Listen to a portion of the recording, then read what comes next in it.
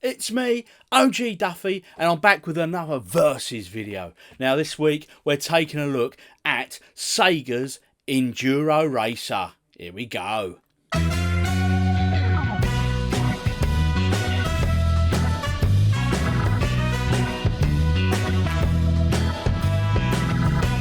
Enduro Racer 1986 by Sega. Whew. Right, interesting game this one.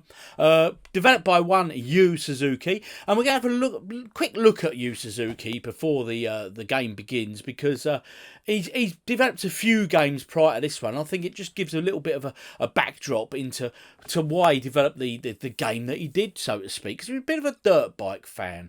Many call this a dirt bike version of Hang On. I'll let you guys be the verdict of that. But before we get to that, we're going to be comparing several systems this video.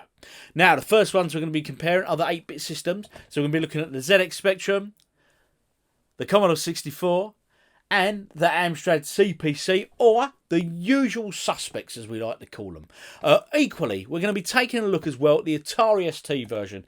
Now, strangely, for whatever reason I do not know, the Atari ST version was the only sort of 16-bit home computer release. It wasn't released on the Commodore Amiga, etc. I really don't know why, but I'm sure one of you guys out there do know. If so, drop it in the comments as always and share your knowledge with the group, please.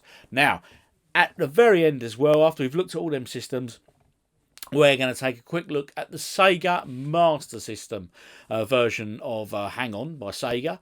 It's an interesting game, that one. It's a very interesting game. So, to kick things off, as always on these comparison versus videos, we're going to go and take a look at the arcade original. But before that, is a little bit of a background about Yu Suzuki himself, because he brought us a lot of pleasure in our youth. Anyway, here we go.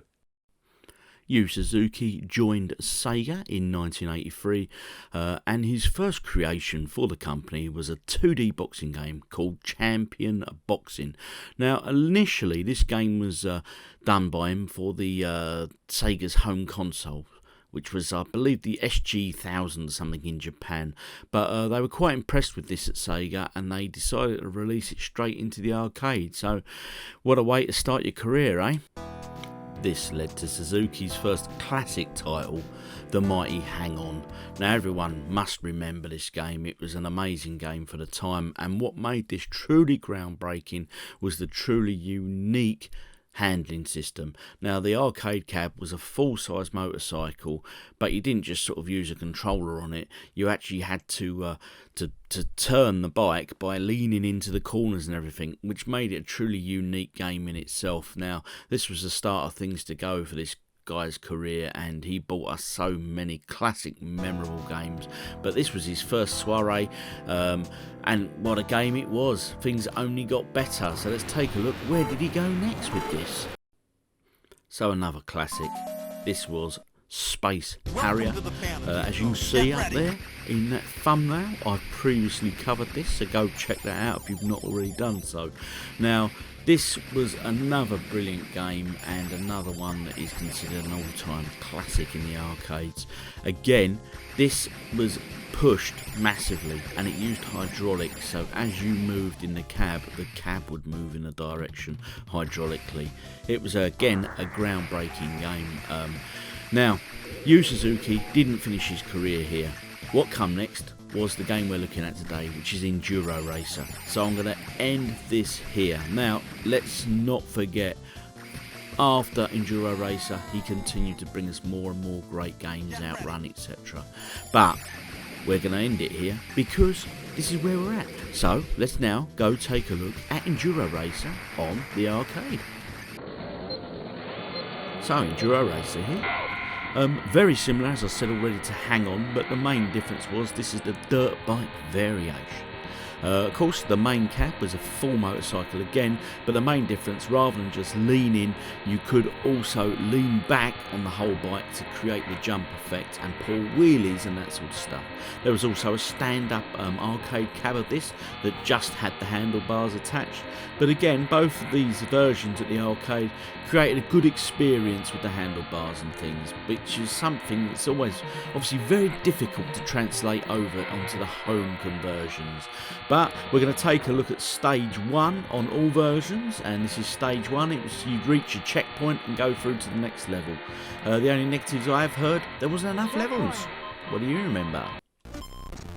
This here, the Commodore 64 version. Now, firstly, the positives.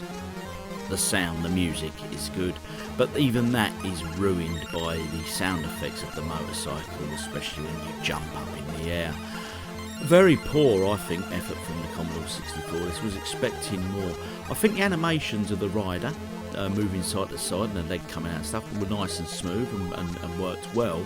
But apart from that, it just looked blocky. It just didn't look right. It just, I don't know, the background didn't seem to be moving fast enough for a racing game as such. It just seemed weird. It just looked weird. And on top of all that, the worst thing, the collision detection was awful. You could literally ride through other bikers and it wouldn't even have an effect. Most odd. Must do better, Commodore. Sorry, but not the best. Next up, ZX Spectrum. As you can see, graphically, I thought this was quite nice. You know, I thought the graphics were half decent. This is the 128K version. The only difference between the 128 and the 48 was the sound. You had the extra tune playing in this. Now, this actually played very well. Also had a 2-player option available to it. It scrolled well. Graphically, like I say, it was pretty to look at, and overall a very good little conversion. I mean, I wouldn't have been disappointed with this back in the day, and it scrolls. I mean, the scrolling there, just look at the scrolling. I mean, this is a Spectrum here, obviously has its limitations, as we all know, but I liked this version. I thought it did very, very well. Be interesting to see how the other AMSTRAD compares in a moment. But so far, I have to say, I'm very impressed with the Spectrum version.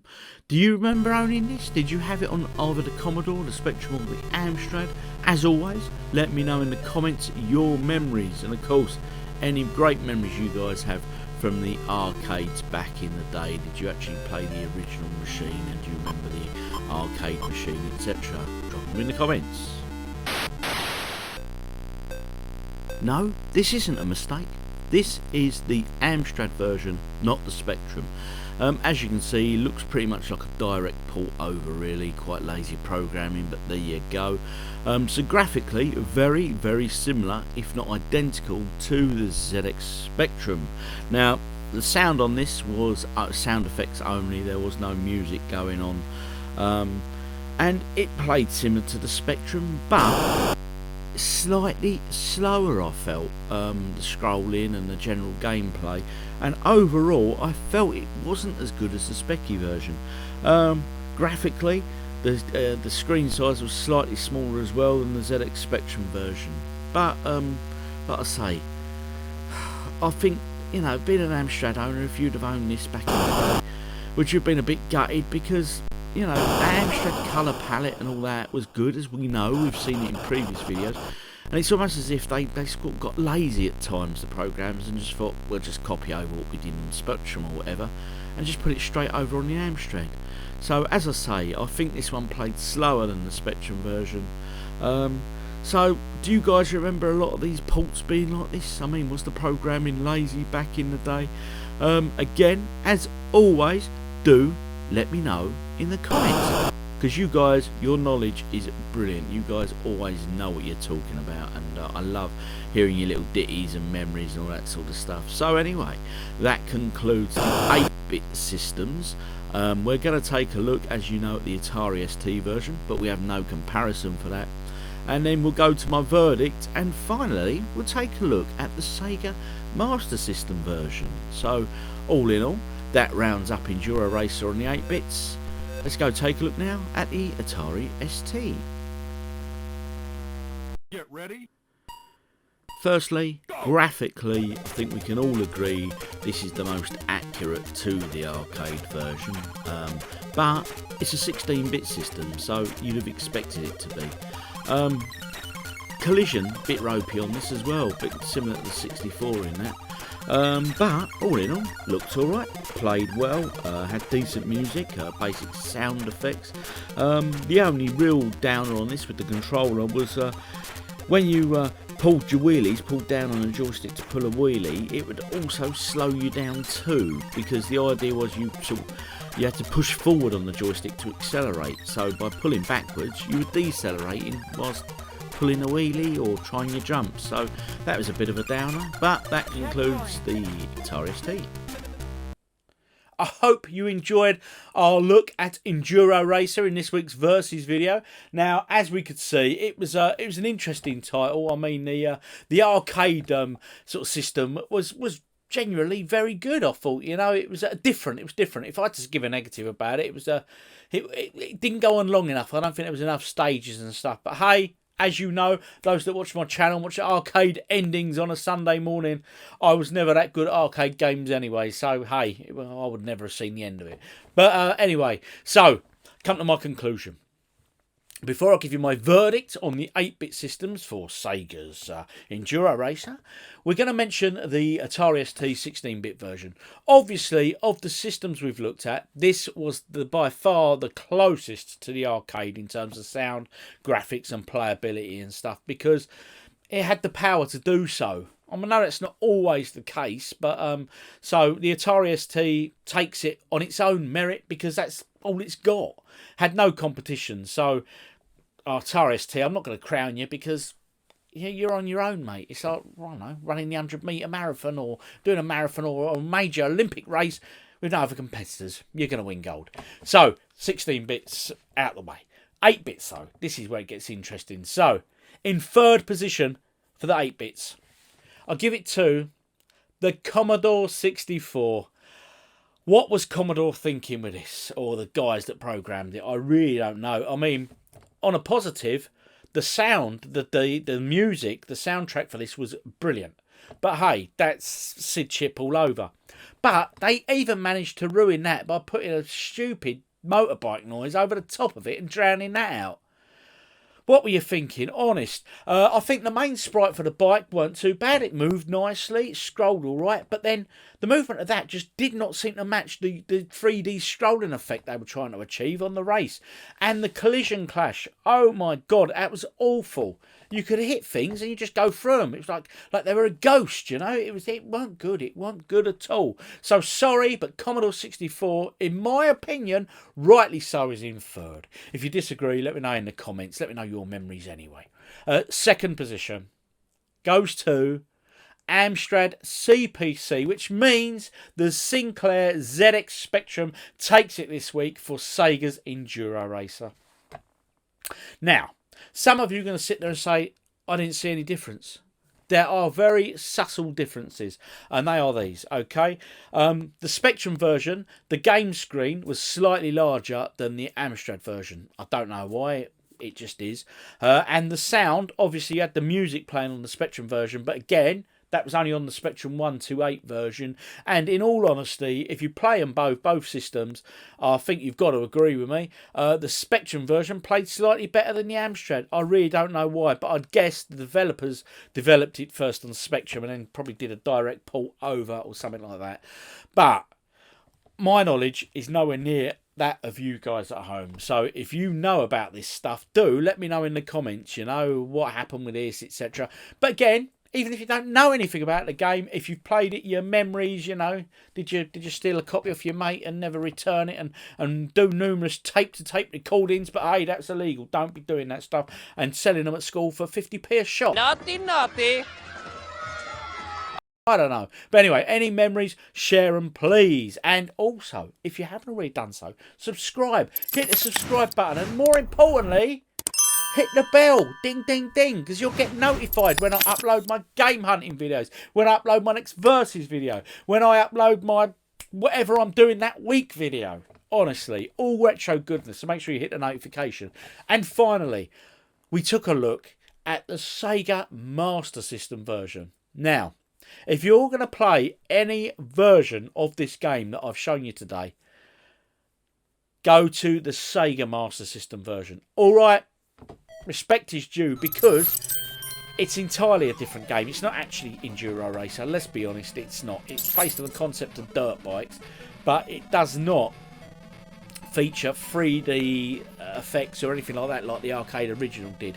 But in making this truly unique game, they made it very good. It had extra levels, so it had a total of 10 levels, I believe, all of different themes. And for the more traffic you overtook in the race, you got more points. And at the end of every level, you could spend them points on repairing your bike or upgrading it for acceleration and stuff like that. So it gave a bit more oomph to the game, a bit more more to it. But seriously, get on an emulator, go online, find it, type it online. Google will probably give you a link to play it for a web browser or whatever. Go give the Sega Master System version a go. You won't be disappointed. It's good fun. It's a good way of wasting 15-20 minutes, trust me. Anyway, I've been OGDuffy. I'll see you all Sunday morning for the next arcade endings, because that's tallying up nicely now. We're getting a nice bit of competition in that. And look after yourself, stay safe, and in usual OGDuffy fashion, I'm out. If you watch the video and you like what you see, don't forget to subscribe for more great videos. Thanks for watching.